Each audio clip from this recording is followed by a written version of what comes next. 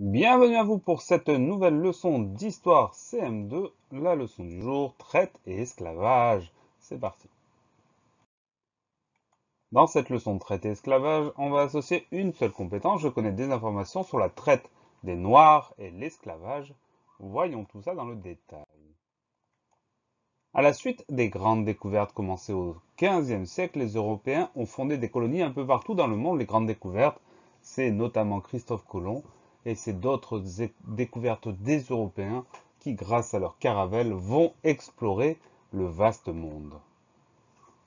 Donc les Européens s'installent un peu partout dans le monde et fondent des colonies, c'est-à-dire des territoires qui leur appartiennent sur les continents qu'ils ont découverts. À partir du XVIe siècle, comme les Européens ont besoin de main-d'œuvre pour travailler dans les colonies, ils vont mettre en place la traite des Noirs. Ils récupèrent des Africains et en font des esclaves à leur disposition. La main-d'œuvre, c'est-à-dire qu'ils ont besoin de personnes pour travailler pour eux. Donc ils vont en Afrique chercher des esclaves et les faire travailler dans les colonies. C'est au XVIIIe siècle que la traite des Noirs a atteint son plus grand développement. Les Européens organisent un commerce qui relie l'Europe, l'Afrique et l'Amérique, le commerce triangulaire. On regarde la carte. Voici le commerce triangulaire. On va détailler tout ça.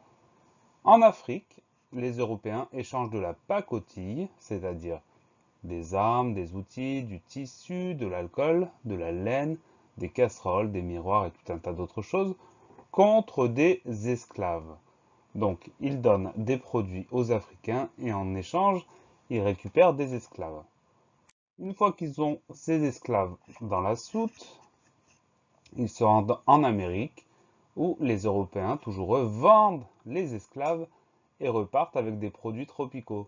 De l'or, de l'argent, du sucre, du rhum, du cacao, du tabac, du café, entre autres. Donc les Européens récupèrent des esclaves en Afrique contre des objets, se rendent en Amérique, vont vendre ces esclaves et avec l'argent, ils achètent des produits tropicaux. Ensuite, les Européens reviennent en Europe, ils vendent les produits tropicaux et repartent pour l'Afrique avec la pacotille, c'est-à-dire les objets.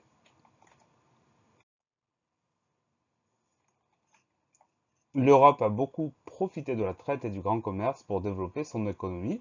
Donc ce commerce-là qu'on appelle triangulaire parce qu'il y a 3 points, Europe, Afrique et Amérique, a permis aux Européens de beaucoup s'enrichir, de faire du commerce très profitable.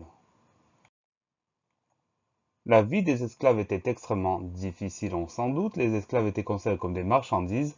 Ils n'avaient aucun droit et les maîtres pouvaient presque faire ce qu'ils voulaient de leurs esclaves. Une image d'illustration de la vie dans les plantations de la vie des esclaves, évidemment. L'esclavage se poursuivit malgré les protestations de certains écrivains et de certains philosophes comme Diderot ou Voltaire. Pendant très longtemps, l'esclavage était considéré comme normal. Il était normal qu'une personne soit possédée par une autre, et il y avait uniquement quelques voix qui s'élevaient contre cet esclavage. La leçon est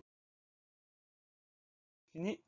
Pensez à réviser, pensez à vous entraîner, et à bientôt sur la classe plus.